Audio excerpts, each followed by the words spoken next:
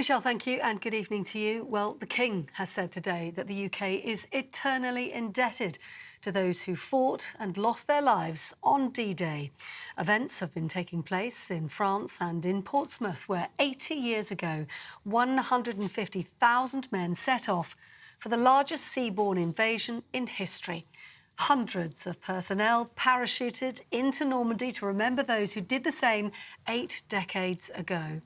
Well, speaking a little bit earlier on, His Majesty paid tribute to those veterans, saying their stories couldn't fail to inspire the nation. Let us once again commit ourselves always to remember, cherish and honour those who served that day and to live up to the freedom they died for by balancing rights with civic responsibilities to our country. For we are all eternally in their debt. His Majesty the King speaking there. Well, as Michelle was just saying, the Welsh First Minister, Vaughan Gething, has lost a vote of no confidence in the Senate today. It's happened in the last half an hour. The Conservatives were the ones that brought the motion after a series of rows, including a controversial donation, the sacking of a minister and the collapse of a cooperation deal with Plaid Cymru. Mr Gething, who's only been First Minister since March, was visibly emotional during the debate and had to be comforted. And speaking just moments ago, he said he would continue to put Wales first. Today was an exercise in muck throwing. The range of different things that were said that members know are simply not true is really quite disgraceful. I'm going tonight to Normandy.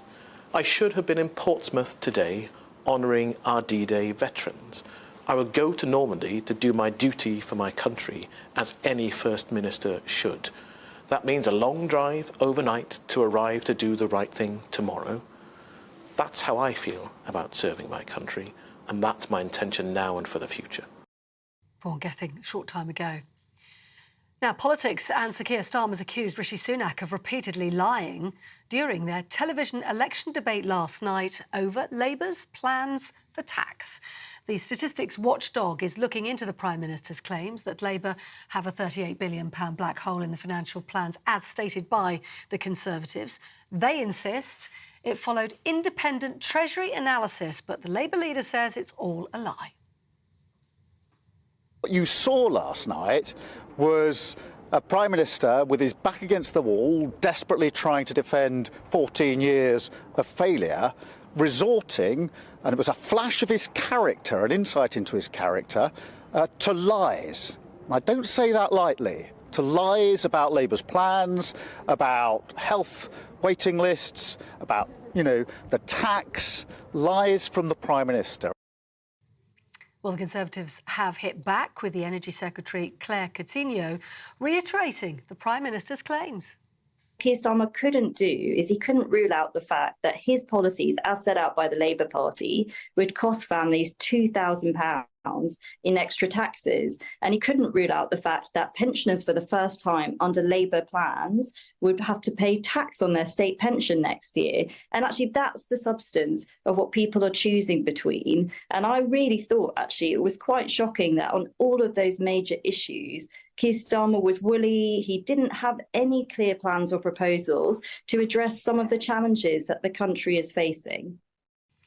Now, away from the election, Liberal Democrat leader Sir Ed Davey has apologised for speeding, saying he missed the temporary signs on the M1 in Bedfordshire when it happened. He says he quite rightly paid a fine and had 3 points added to his licence. He was caught doing 73 miles an hour in a 60-mile-an-hour zone. He also said the failure to provide documentation had been a genuine oversight, with the case brought before magistrates in March. And lastly, the first banknotes carrying a portrait of King Charles will go into circulation today. Notes that still feature the image of the late Queen Elizabeth II will remain legal tender and co-circulate alongside those bearing the King's image. The new notes, though, will only be printed to replace those that are worn out or to meet any overall increase in demand in order to minimise the environmental and financial impact of the change. That's the news. For the latest stories, do sign up to GB News Alerts. Scan the QR code on your screen or go to gbnews.com/alerts.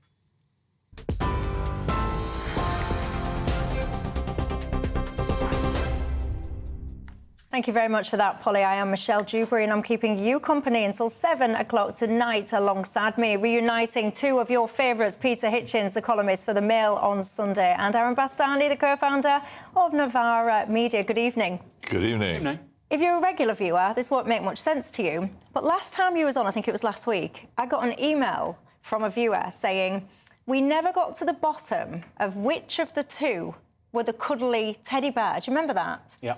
One viewer wrote in when these two chaps was on my programme and said, oh, I'm so happy you've got the cuddly teddy bear on tonight. And I put the appeal out and said, who is it that you're referring to? I never got a straight answer. So you see that mystery hangs over the programme. It's like a bad smell. We need to get to the bottom of where it's coming from. So who is the cuddly teddy bear on this panel? If it was you that said that, get in touch and please put me out my misery so I know the answer to that. But beyond that, there's lots more in town to discuss. I want your thoughts on it all. We've got a packed programme for you and you can get in touch with me all the usual ways. You can email gbviews@gbnews.com. You can tweet or X me, or of course you can go to the website gbnews.com/yoursay and chat there. Anyway, look, it's all going on today. I promise you that we'll always keep you across the goings-on the campaign trail. Let's just get stuck straight in, cross live to our political editor, Christopher Hook. Good evening to you. Where are you? Good evening, Michelle. Yes, it's been well, I'm coming through South London now. We've been a long journey on this Labour Party battle bus today. We've been started the day in Manchester, near Salford, and we've driven down to the south coast of Portsmouth, and where we've been with Sir Keir Starmer, who met with a war veteran there, and we just asked questions about the fallout from last night's election TV debates. The big battle here has been about a big number, rather like in the 2016 general election, when the number was about this £350 million money going to the NHS. This time it's about a figure of £2,000, which the Tories say Labour would impose on Britons if they win power in less than a month's time. That's been challenged by Labour saying it's a lie. We heard from Sir Keir Starmer saying the figure was a lie. The Tories have hit back. They've gone through the number for us. They say that there's, of the 28 different lines of numbers in that, 21 are official Treasury figures. They are 100% certain about that figure. What's irritating, Michelle, for Labour is we're discussing a Tory number about their policy, the impact on taxation, more taxation required if Labour win power. And that's deeply irritating, I think, for Sir Keir Starmer and his team. I also asked him, by the way, for GB News, a question I thought was quite interesting. He said on the debates last night up in Salford on ITV that he wouldn't pay for any private health care for any family member who was seriously ill waiting to be treated on the NHS. He said he wouldn't do that, and I think that's quite interesting. And I asked him again today, and he said, look, he comes from a family where his mother was treated extensively on the NHS, and he wouldn't use it even if a family member was in pain. He wouldn't use it. It shows a degree of principle in him.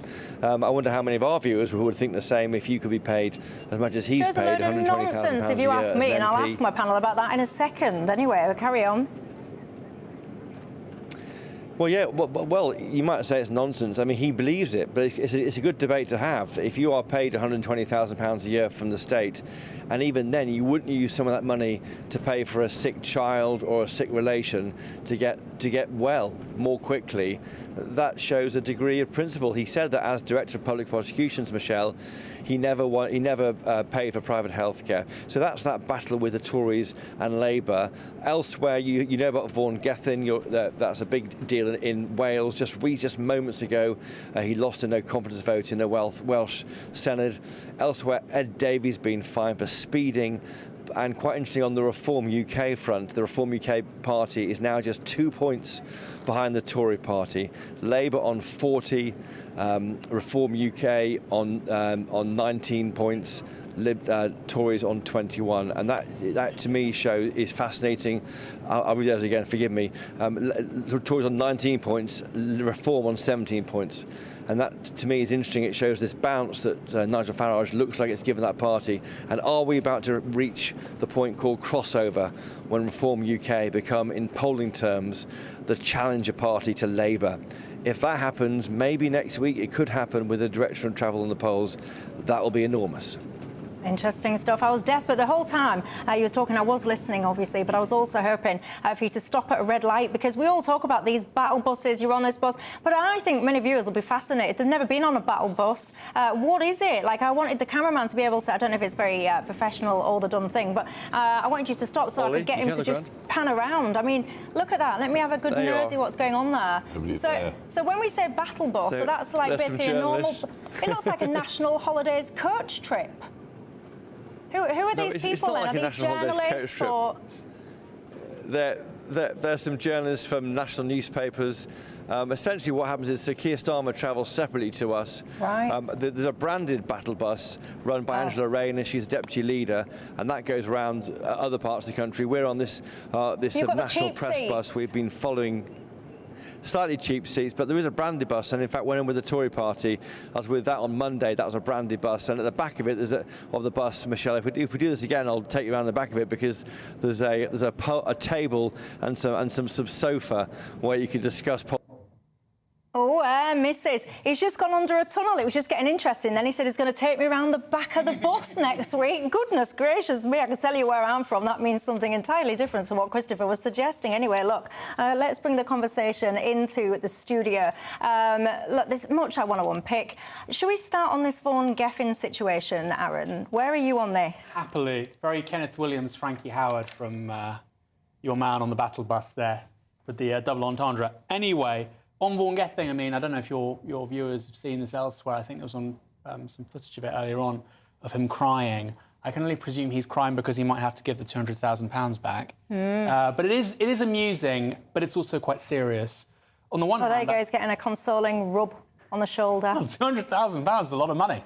On the one hand, I just find it ridiculous. He's saying he's going to do his duty, go to Portsmouth, as if his actions and who he is commensurate with people fighting for their country. Absurd and outlandish. On the other hand, I do feel like this is perhaps a flash of the future, with all of these candidates being parachuted in by the Labour Party, some of them not having particularly clean hands. And I wonder if we'll have similar scandals after July the 4th, if Labour get a thumping majority, because quite frankly, some of these people who will become MPs, the due diligence has not been done by the media. You can blame the media, but actually there's a hell of a lot of them that under normal conditions would have been scrutinised, but haven't been. On the Senate, by the way, you might be familiar with the fact that GBNews is actually banned from the internal screens. I don't know why I'm laughing, because it's not funny, it's pretty serious. I just found it the height of ridiculousness.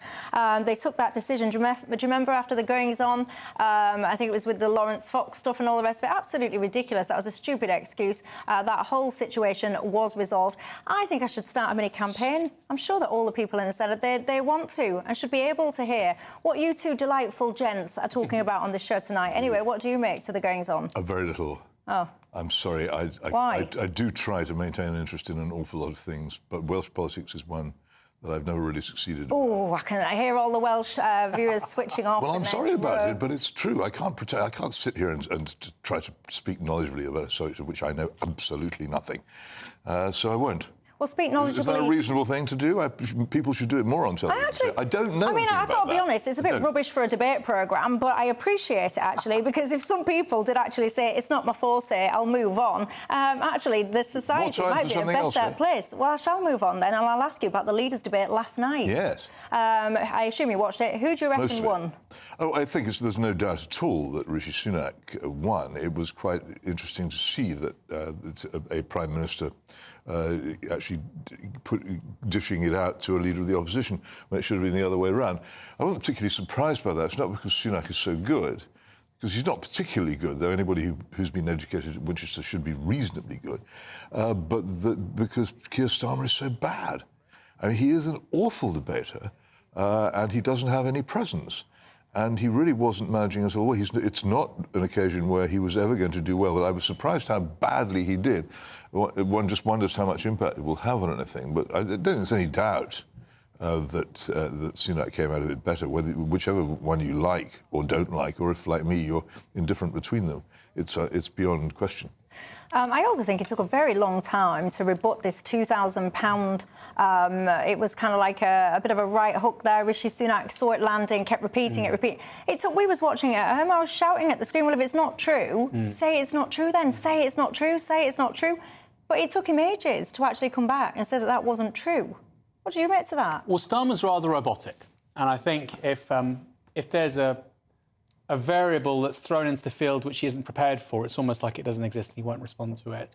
I disagree with Peter in so much as I felt it was a bit of a score draw, you know, a split decision. You could go one way or the other. But the point is that given Starmer is allegedly polling so well and Labour have such momentum and Rishi Sunak had such a terrible week, the fact he avoided a knockout punch, I think, is very good for Rishi Sunak. And I agree. Starmer came across as somebody with no presence. There's a poll out today giving Labour a majority of more than 330. He doesn't look like a man who's about to win a parliamentary majority of 330. Very strange political moment we're living in. How good are these polls? And we just had everybody telling us for weeks that Narendra Modi was going to score a gigantic victory in India, and then he didn't. And I went back last week over some of the polls of some years ago, previous elections, particularly the 1971, where they just got it completely wrong. And I'm baffled as to people say, well, polling has got better since then. But has it? People are much harder to find at home than they were before. You can't ring them up because hardly anybody answers the phone. How are they doing the polling? And what's more, the numbers of people who say to pollsters, look at the raw work from polls, it's always worth doing. The number of people who say, I'm not telling you or I'm not going to vote, is quite large. So what apparently huge shifts in figures are actually quite small. I just, of course, I don't know what the outcome will be, and it would be reasonable for the government to be more unpopular than the opposition at the beginning of a general election. I just think people should stop saying it's over before it started. Apart from anything else, it makes it all very dull. But I just think it's wrong, particularly for anybody in a position of public responsibility, to say it's over, it's already settled. It is actually true that there is a vote that's going to happen, and we don't know how it's going to go. And we shouldn't close off the options by saying, no, it's already settled. It's very bad for politics for people to do it. Some countries ban opinion polls during general elections, and I'm not at all sure they're wrong. I have often asked you guys this at home, but have you ever been polled in anything like this? I have never been polled in all of my life. Oh, I have. Have you? Well, there you go. I found someone. Have you ever been polled on one of these official not for a general election, no. I've never. Look, Andy's just got in touch about a comment that I made. Christopher Hurt was saying Keir Starmer, during that debate last night, he was asked, would you essentially, I mean, I'm paraphrasing the question, but would you ever use private healthcare if indeed the health of a family member depended on it and the NHS wasn't able to serve them? He categorically said no. I said that was nonsense. Andy said, are you saying that Keir Starmer's a liar then? Yes, on that matter. I've got to be frank with you. Yes, I am. He's not here to defend himself. He would push back and absolutely dispute that. But I don't believe anyone who would sit there and look me in the eye and say, if my child was, I don't know, dying or whatever, and there was a way that he needed healthcare that wasn't available to me, i.e. by the NHS, and we can dispute the rights and wrongs of that, whatever. But if you had an option to provide healthcare to your child, you might need to beg, steal, borrow, crowdfund, whatever. Tell me the truth as a parent. Would you not try and save your child's life by using private healthcare? And if you genuinely say no, please tell me why, because I don't believe you. Hey, what is the principle in this? Should we look at his clip, by the way, just in case anyone didn't see it? And then you can tell me the principle in a sec. Let's have a look at him, in case you didn't see that debate last night. Absolutely no if your loved one was on a waiting list for surgery. No. Thank you very much. I don't use private health. Okay. I use the NHS. That's where my wife works, in one of the big hospitals. As I say, it runs through my DNA. OK. The only way I would believe that, by the way, Andy, is if he gets some special treatment. So because it's him or his family, he would be put to the front of the queue and therefore he wouldn't have to wait for potentially years. No, he may have had, as many people of his generation would have had, an experience of the NHS as it was when his beloved mother was very ill. He may, from that, have gained an impression about it which is now no longer valid. It's one thing. The other thing is, what is the principle here involved? I pay for the NHS. I pay a lot of tax to the NHS. It's no different, in my view, to the amount of money I pay for any private insurance that I have. It's a functional, simple thing. I pay for it. I don't expect. I'm happy for the money that I put into the NHS to be used for other people less well off than I am, and I'm in fact delighted that that happens. But when I use the NHS, I expect that the money that I paid into it will mean that I get reasonable treatment. If I don't, or if somebody very dear to me didn't, and particularly if they were in pain, I wouldn't hesitate to pay. And quite honestly, I think a lot of people would borrow to do it. And I think it's a strange, dogmatic answer. I just don't think it's true. I'm going to carry on my appeal. Are you in that camp that you wouldn't pay for it? Get in touch, tell me why. I'm going to get Aaron Bastani's response to it all after the break. See you in 2.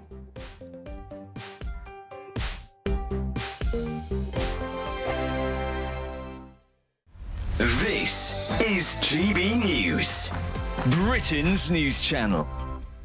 Almost half of those seeking to have an affair are happier with their job than with their primary relationship. But what exactly does a cheater do for a living? Well, medical assistants and nurses, surprisingly, top the lists of professions for female cheaters. And it's jobs in IT or tech for male cheaters, which I think is less of a surprise. No.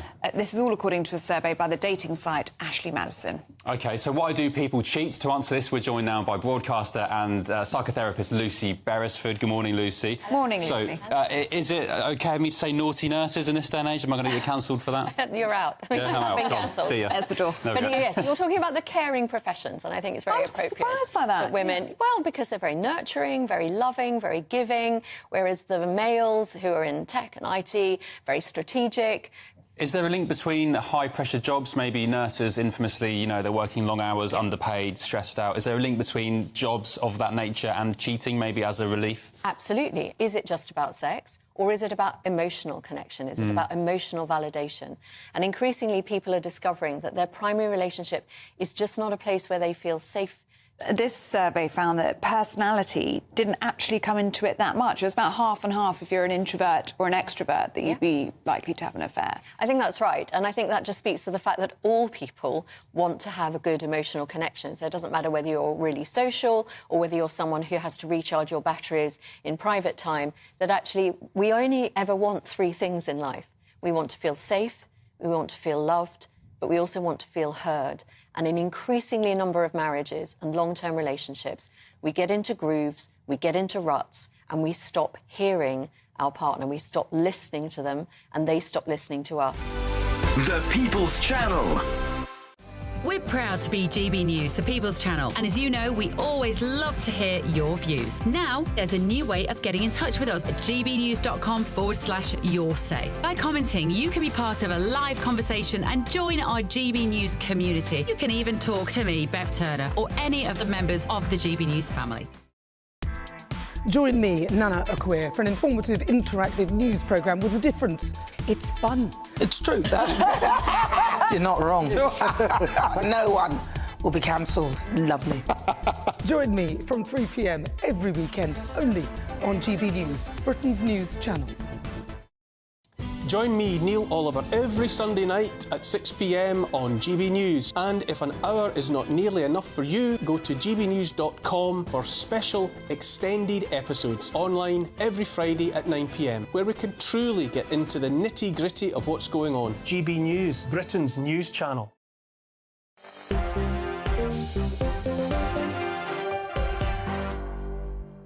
Hello there, I'm Michelle Dewberry with you till 7 o'clock tonight alongside me, Peter Hitchens and Aaron Bastani. Remain. I love you guys at home, I must confess, and I'll tell you for why. At the start of the programme, Christopher Hope was sitting on the so-called battle bus for Labour. We got the camera to pan around and give us a cheeky little look at what that battle bus was. Gareth has been in touch and says, excuse me, I thought we was all obsessed with things like the climate change and emissions. He said that was a massive battle bus for so many vacant seats. Yes, Gareth, you see, people just don't preach. They don't practice what they preach, do they? Anyway, look, before the break, we were talking about Keir Starmer reckoning he would essentially let a family member die rather than breach his principle of going private on the NHS. I personally don't believe him. Andy thinks that that's appalling, definitely does believe him. Where are you, Aaron Bastani? I think he's lying, isn't he? I know I'm not meant to say that. I'm meant to be the sort of left-winger who says, of course, he's saying what he believes and it's true. I think it's obviously nonsense. many people, many Labour voters actually, because of the state of the NHS, will now pay a few £100s to a private consultant to get a diagnosis to basically speed up the process. They can get back into the NHS after getting that diagnosis for whatever kind of health condition. And by the way, it's very emotive when we talk about children. I think it could be his great-grandmother. I think he'd probably still use private healthcare if he could. I think you'd be remiss as a family member to not help somebody who's suffering if you can help them. And that's not an endorsement, by the way, of private healthcare. It's just an acknowledgement of the situation we're in. So, no, I don't believe him. What this does do, however, is, I think, underscore the fact that lying comes to him incredibly easily. Obviously, I've got to say, he would dispute that he's lying. Let me just... I've got a clip of him, actually, responding to this. So let me just, in fairness to him, let me just play this. I grew up with my mum suffering. She was extremely ill. She nearly died several times. And she was treated on every occasion by the NHS on an urgent basis. I have 100% confidence in the NHS, and that is why I wouldn't use anything other than the NHS. And when you were DPP, did you have it then? Private healthcare? No, I didn't. You can have 100% confidence in the NHS as much as you like, but the reality is that waiting lists are huge at the moment, and that's not going to change. Don says, can I just say, I believe Keir Starmer 100%. His wife works for the NHS, and so he knows firsthand what a good job they do. He's not like Rishi Sunak, who's got more money than God. What's that got to do with the price of fish? It's extraordinary how many people in the NHS, I think an awful lot of doctors you'll find now, who work for the NHS, use private healthcare because they know what's going on. I also make one other point about left-wing people and state healthcare. In the Soviet Union, the Politburo, the chiefs of the communist organisation, had their own private hospital surrounded by a 15-foot wall with its own park and gardens, and doctors brought in from abroad to treat them, and special access to drugs, which other people didn't get. There's nothing actually particularly left-wing about not having special treatment when you're in power. I think this is all such bilge, actually, but also it's just, it isn't, what is the principle involved? The NHS does what it can, but almost nobody can now get NHS dental care, and it has completely collapsed with social care of the very old. So almost nobody can get that either. So no one can stand up and say, well, I will always use the NHS, it's in my DNA, because they can't. It simply isn't available when you want it. And if you do say that, you might have it on your gravestone. So be careful what you wish for, because surely, I repeat myself, but surely if any loved one was needing something, and this is the point, Susan, you're saying, why are you all being anti-Keir Starmer? The NHS is one of the best things about Britain, and our likely next Prime Minister would always use it if possible, quite right, but this is the point. Of course you would use it if possible and it was available, but the question was, essentially, if it wasn't there and you needed care and you couldn't get it, what would you do then? So I'll ask all of you at home, make it fair, if your loved one needed care and they couldn't get it on the NHS, would you or would you not do everything possible to pay for care to try and save their life if necessary? I don't know. Get in touch and tell me your thoughts. Look, Ed Davey, he is coming up with different ideas today. Mental health was on the radar. Let's take a look. The evidence shows that at certain times of your life, people get under mental health stress, sometimes when they become a parent for the first time, when they retire, and at other stages. And if we could provide special MOT for their mental health at those moments, and would also look at children and young people actually as a priority, then you can really turn things around. Is that how we really turn things around, MOT, mental health? Well, I really object to the way in which normal doses of unhappiness, discomfort, failure, and all the things which we go through at various times of life are being medicalised and referred to as mental health episodes. Sometimes you are unhappy. Sometimes you're sunk in grief. Sometimes you're worn out and tired. Sometimes you feel that your time at work is particularly unpleasant. That doesn't mean you're mentally ill. It just means that you're going through the normal experiences of humanity over thousands of years. And the classification of it as mental illness seems to me to bring it into the area where people then start making you take drugs to make you feel better. And there's an awful lot of that in our health system at the moment. But I'm sure as well. And I think I'm very much against it. These drugs are not the answers to the problems which people have. And the classification of unhappiness as mental health is a mistake. And I'm sure as well, I've got to say that I'm sure suicide is one of the biggest killers of men under the age of 50. I'm sure it is. The biggest, I think. Is it the biggest? Yeah, I mean, so there's obviously well, it would be, a lot of wouldn't it? people Because that are people don't suffering. die young. Well, certainly, but still, it's pretty striking. That's why that's not as significant a statistic as you think it is. But also, there's quite a lot of suggestion that that suicides may be influenced by the drugs that people have been taking before they commit suicide. Bastani? So I don't think it's a bad idea, and the small print is really interesting. So new parents, children and young people, men in their 40s, carers and retirees. So I quite like the idea of that at certain periods in your life, the NHS will check in, for instance, when you're a new parent, check in on your mental health, or when you've lost somebody. I think that's really smart, and if you have a well-funded healthcare system, it's exactly the sort of thing you want to see. I think this idea of a mental health MOT is just a gimmick, the way it's kind of worded.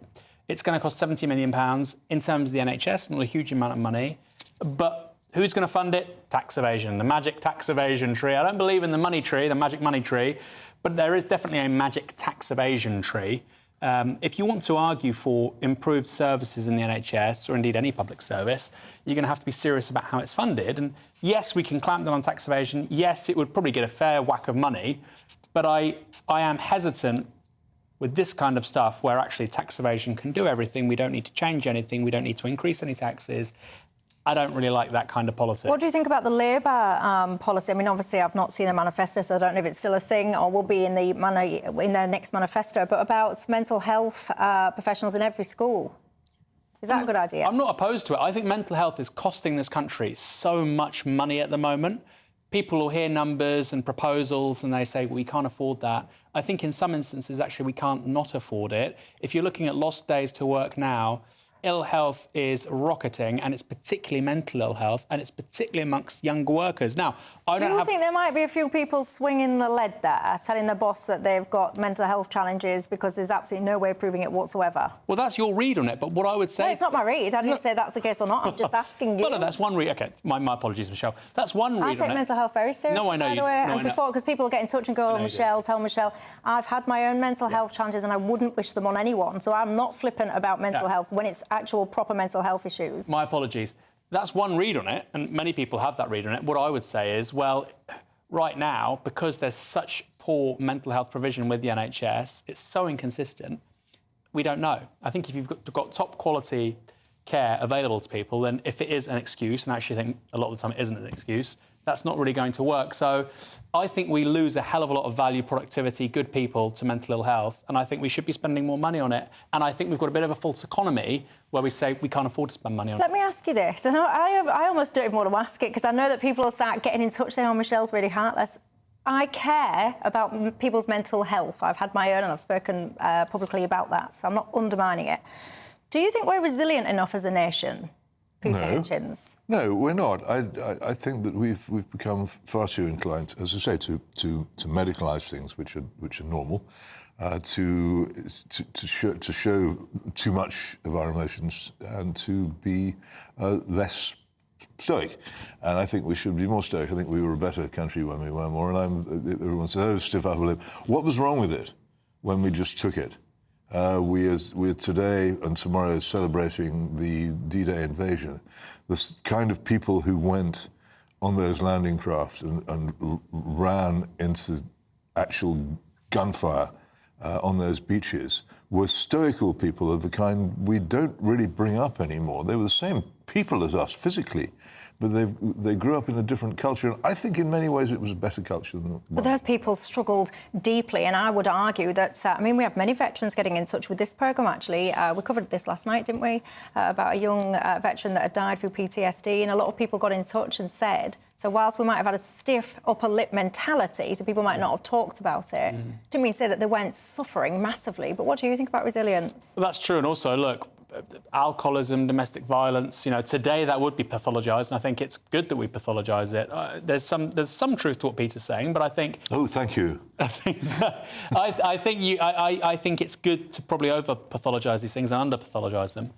What I would say is that actually, with mental ill health today, as with physical ill health, a lot of it isn't because of the hardships we're enduring, but because of our lifestyle. So, for instance, sitting at a desk for 8 hours a day, not seeing the sun, not walking under a tree, not eating fresh food. These are the kinds of things which can make people miserable. What are you talking about? Who sits at a desk for 8 hours a day and not even seeing a single glimmer of sun and not eating any food? That's winter in England. They probably eat food, but the other things are more attractive. And they don't, what I would say is... They don't get much exercise because the way in which we live has driven normal exercise out of people's lives and, in many cases, fresh air. And it's true, if you say, actually, walking a lot and being out in the fresh air is good for you, people, again, laugh it off as if you're some kind of freak.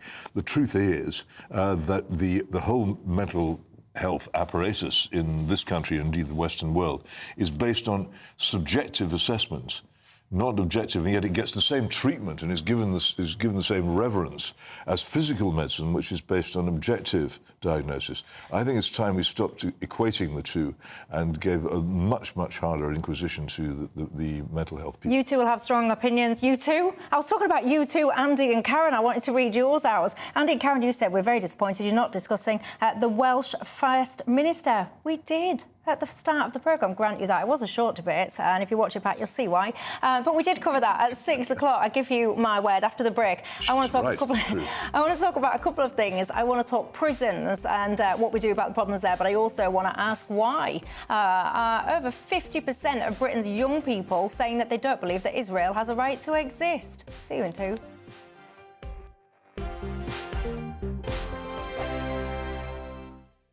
Hello, welcome to your latest GB News weather update from the Met Office. Tomorrow's going to be another fairly cool day across the northwest with a risk of some further heavy showers, and we could see some further heavy showers this evening with a northwesterly wind pushing showers into similar areas. It's northwestern Scotland where we're going to see the highest rainfall totals. Through the next 24 hours or so, we could see a mix of hail, possibly some hill snow in there as well.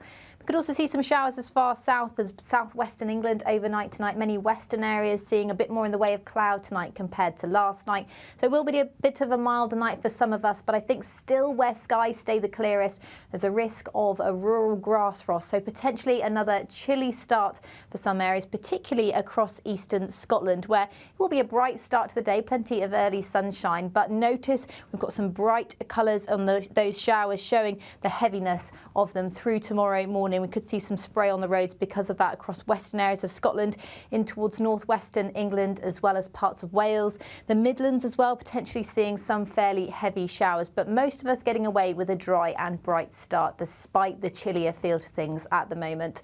So another fairly cool day to come tomorrow, especially for the time of year, and if you are further north and west, where it will be another showery day. There's another risk of thunderstorms, potentially some hail as well in those showers, especially as we head in towards Thursday evening here.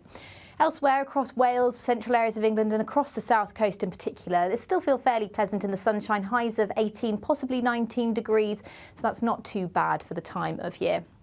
Now into Friday, we start to see a band of more persistent rain push across the UK, so that will bring a greater risk of some showery outbreaks of rain a bit more widely across the UK. So a bit more in the way of cloud, and it will still be another fairly cool day. But looking ahead to the weekend, it does look like there's been more in the way of sunshine more widely across the country, and temperatures returning to the low 20s for some of us. The latest GB News travel. Good evening, I'm Johnny Ratner. On the M6 in Lancashire, the northbound entry slip road remains closed at the Leyland Surnoff Junction 28. Emergency resurfacing repair works are taking place. On the M60 in Greater Manchester, there are anti-clockwise queues after everyone was stopped by emergency services just before the Higher Blakely exit Junction 20, following a collision that's long gone, still taking about 3/4 of an hour back to the Ashton-under-Lyne exit Junction 23. On the western stretch of the M25, clockwise, the middle lane's closed just south of the M4 where a car has broken down. In West London, the A5 Edgware Road remains shut just north of the Marylebone flyover. For a police investigation, it also means Edgware Road station is closed. And heading out of London on the M3 through Surrey, 3 to 4 towards Camberley, emergency repairs have closed the 2 left lanes. That's the latest. You can stay up to date throughout the day by visiting our website, gbnews.com.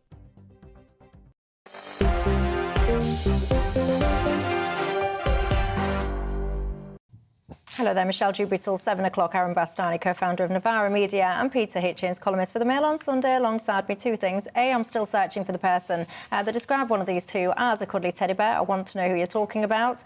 And B, there was something else, but I actually now can't remember what it was, so I will just move on, because a majority of Britain's young people, get this, 54% of people have said that they do not believe that Israel should be able to exist as a state. This is according to a website called Unheard, and a poll that they have done. What do you think to this, Aaron Bastani? I think any polling question, which is just 7 words, is problematic. I think if you had, should the state of Israel give way to a two-state solution, or should there be a unified single state encompassing both Palestinians and Israeli Jews, then that would be more interesting. I think sometimes polling, particularly with leading questions like this, can actually make a question more ambiguous rather than clarify things. I suspect many people saying that it shouldn't exist amongst that 54% simply support a two-state solution. I don't know that, of course. That's just my suspicion. Apparently this poll as well, it also asked young Brits about their interest in different wars around the world. It found that young Brits are more interested in the war in Gaza than, for example, they are in what's happening in Ukraine, for example. Peter Hitchens, your thoughts? Well, first of all, on the Israel thing, I think it is the inevitable result of the refusal of Israel's government to understand that it depends, the country's future existence depends on how people in the Western nations think about Israel. And the conduct of the war in the past few months has infuriated and distressed huge numbers of people who were probably previously indifferent on the subject, or may even have been in favour of Israel. I think they've done immense damage to themselves, and I can't believe that they are so foolish as to have done it. I'm not at all surprised. I think that there is a very grim future for Israel unless it finds some way of undoing the damage that it's done over the past few months. It cannot survive endlessly unless it has the support of major Western countries, and it's also losing that support in the United States, where it's completely indispensable. Aaron talks about the two-state solution. As far as I can say, a two-state solution would mean the end of Israel, because Israel would not survive a two-state solution. It's an unworkable plan which people fall back on to try and avoid discussing what else they might do.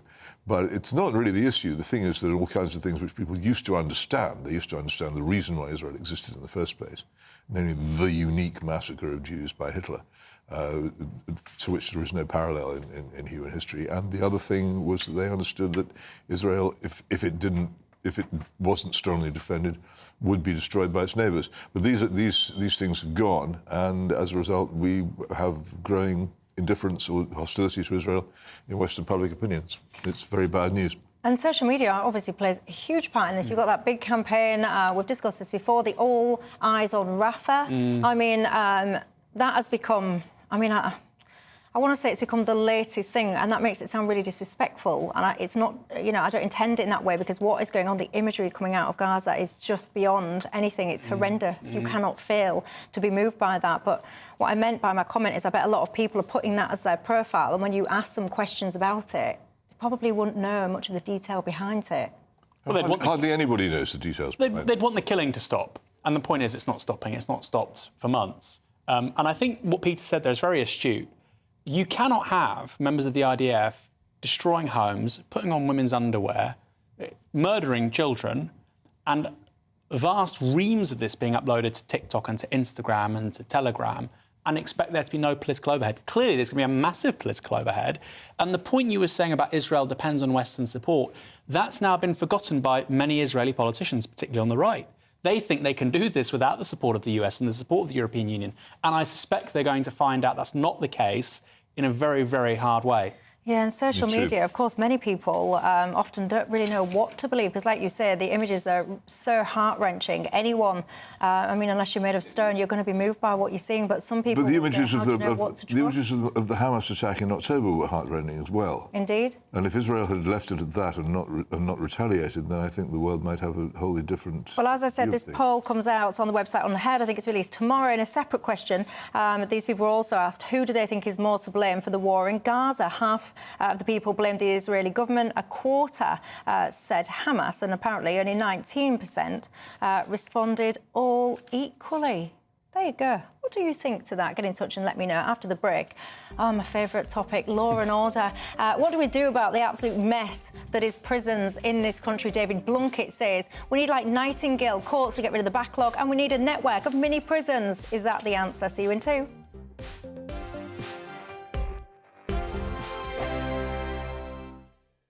This is GB News, Britain's news channel. D-Day was shrouded in secrecy. Ken Hay was days away from landing in Normandy and still didn't know what was happening. I don't think we really appreciated what we were going into. Actually, on D-Day, I was on a 30-mile route march, and we see the planes going over and that sort of thing. And we realised that wherever they were going, then we got the news that, in fact, it was Normandy, and we knew we were scheduled for that. He arrived on Juno Beach at Coursieux-sur-Mer a few days after the main assault. The soldiers' role was to push forward into enemy territory. I didn't land on D-Day. I landed shortly after in June. I was in the infantry, so I was a rifle and I was up the front. While on night patrol on July 7th, his unit was attacked. My brother was a corporal in the same platoon, and he was out with me. He got back. 16 of us out of 30 got back. 5 of us got captured, and 9 got killed. Germans put him to work in a POW camp in Zabas, Poland. With Soviets advancing, the prisoners were forced to march for 1,000 miles. At one point along there, my leg was chopped. I lay down in the snow. If it hadn't been for 2 guys who fell back in the column and picked me up, I'd have just gone to sleep and frozen to death. 2 American tanks turned up on the 22nd of April, Sunday afternoon, and we were liberated. Ken feels pride for the role he played in Normandy and thanks God for keeping him alive. People say, why did you volunteer for the services? It was a completely different atmosphere then. You did your bit. The People's Channel. This is GB News, and we are Britain's election channel. This vote may seem to be about the politicians and the media, but it's actually about you.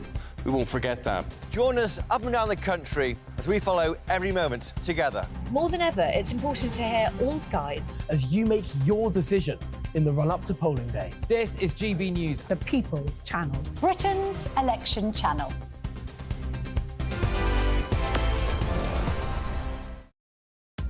Are the newspapers getting you down? My wife didn't divorce me that month. Struggling to separate the wheat from the chaff? I know that it's a bit of a circus at the best of times. Well, don't worry. Headliners has got you covered. We'll take the burden of reading the day's news, and if we get depressed, who cares? It's an occupational hazard, frankly. That's Headliners on GB News from 11 p.m. till midnight, and the following morning, 5 till 6 a.m. on GB News, the comedy channel. Nah, just kidding. Britain's news channel.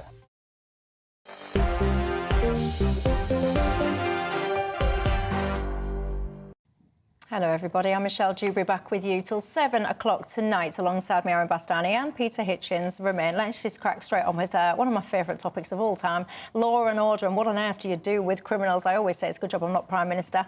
You don't want to know what I would do with them, but anyway, the former Home Secretary, Lord Blunkett, he has got involved.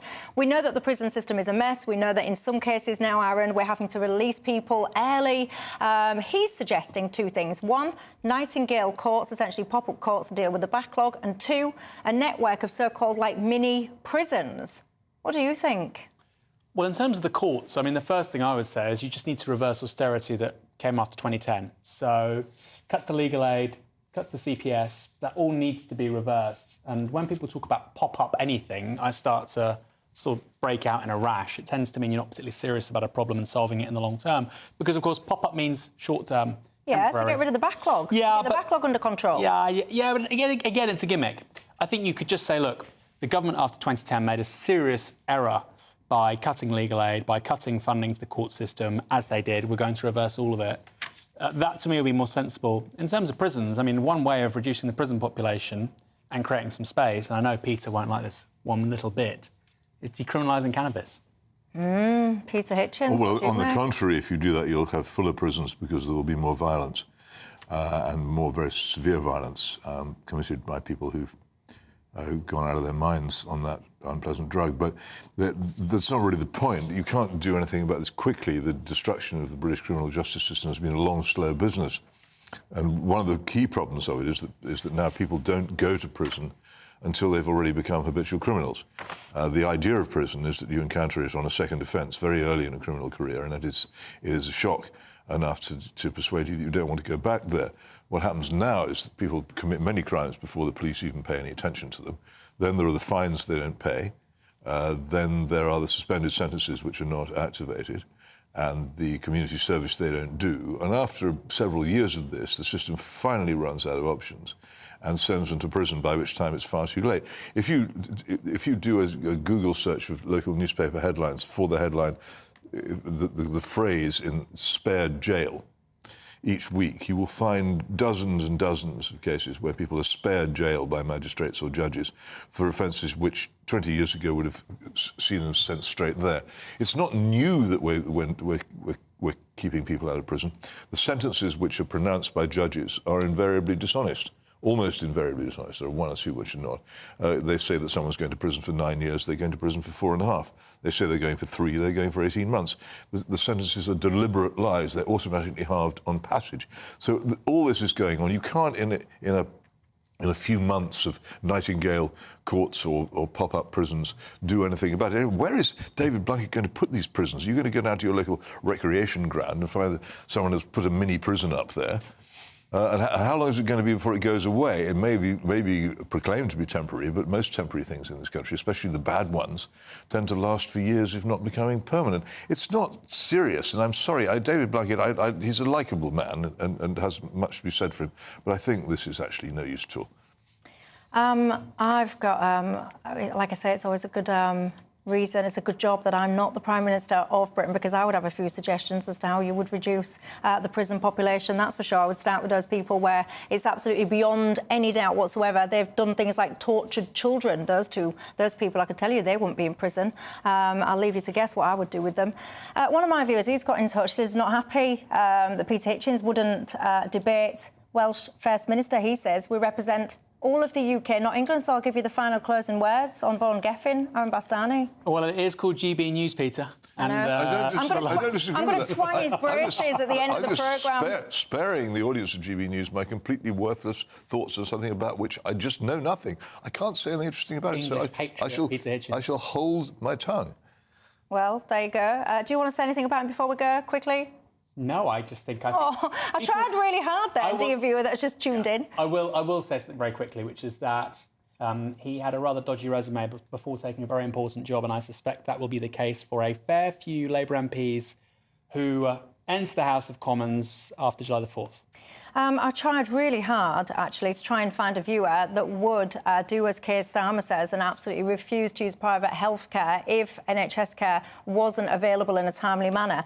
I've not actually been able to find anyone who's told me that you would follow that principle, that literally, out of principle, you would let a loved one die if NHS care wasn't available to you. I'm laughing, but I am taking it very seriously, I promise. If you are out there and you do inhabit that same island as Keir Starmer on that issue, get in touch with me, because I'm absolutely fascinated by the mindset of that. Lots of people obsessing by how little you smile, Peter. So I'm going to make it one of my missions in future programmes to try and make the great Peter Hitchens smile a bit more. I smile a lot. I'm starting him off now. I smile a lot, but only when called for. Only when called for. There you go. Me and Aaron need to up our game. In Russia, where I lived for 2 years, I've started him off, but I've got to go. Don't go anywhere. I'll finish. He's starting. I'll twang his braces. Up next, it's the Farage Show, as was. See you later.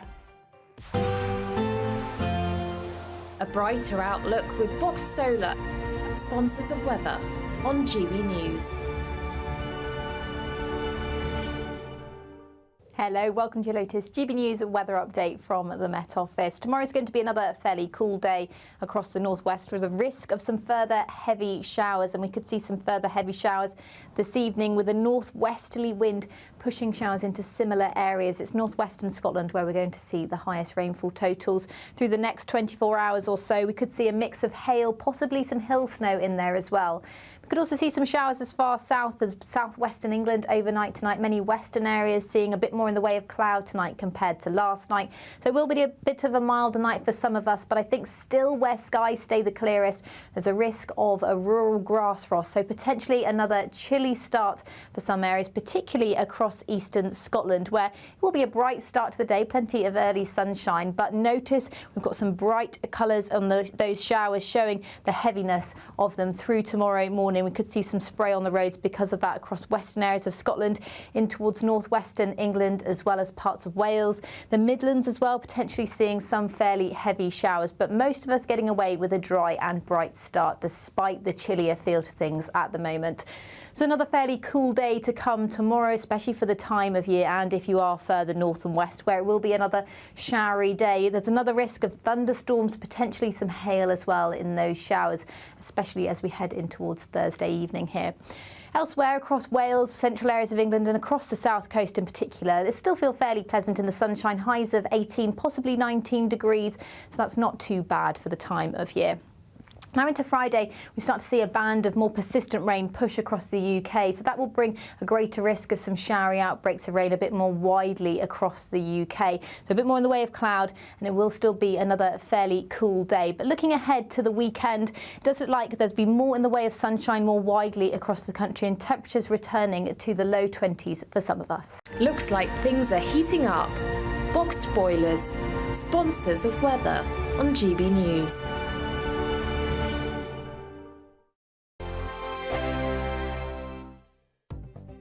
The latest GB News travel.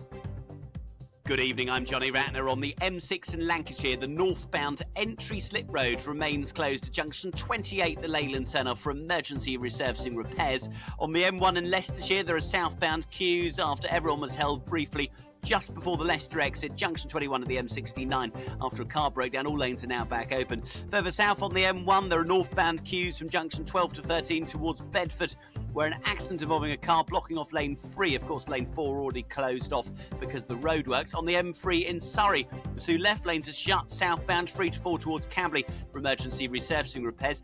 West London, the A5 Edgware Road shut just north of the Marylebone flyover for a police investigation, causing long queues on surrounding routes, and Edgware Road Station remains closed on the Bakerloo line. That's the latest. You can stay up to date throughout the day by visiting our